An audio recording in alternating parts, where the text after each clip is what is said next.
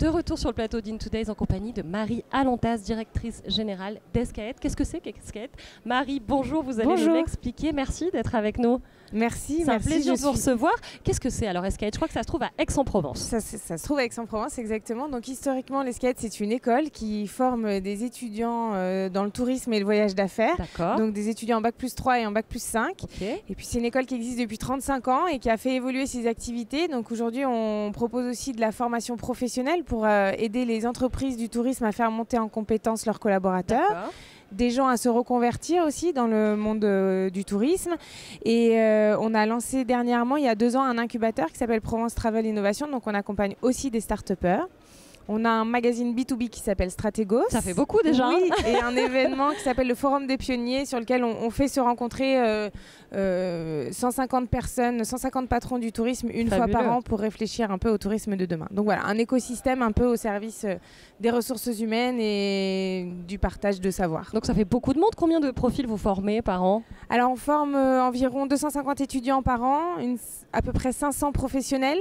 Et on a en ce moment une dizaine de startups qu'on accompagne.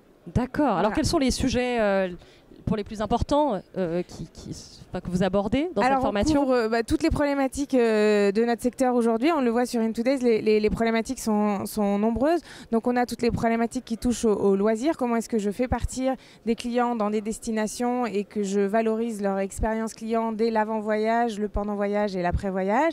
On a toute la notion d'incoming aussi, de réceptif. Comment est-ce que j'accueille mon client sur place? Bien sûr. Toute la partie événementielle, toute la partie hébergement aussi qui est en train de muter complètement, le transport et les technologies qui sont aussi très très importantes dans notre secteur. Bien sûr, ça fait beaucoup d'enjeux. Je terminerai peut-être par le voyage d'affaires qui est une partie qui est un peu moins connue de notre secteur, mais qui est vraiment une partie qui est importante aujourd'hui. On a plein de collaborateurs qui se déplacent pour le service de leur entreprise, pour le compte de leur entreprise. Ça coûte cher aujourd'hui aux entreprises et il y a besoin d'avoir des gens qui connaissent notre secteur pour aider à optimiser ces déplacements.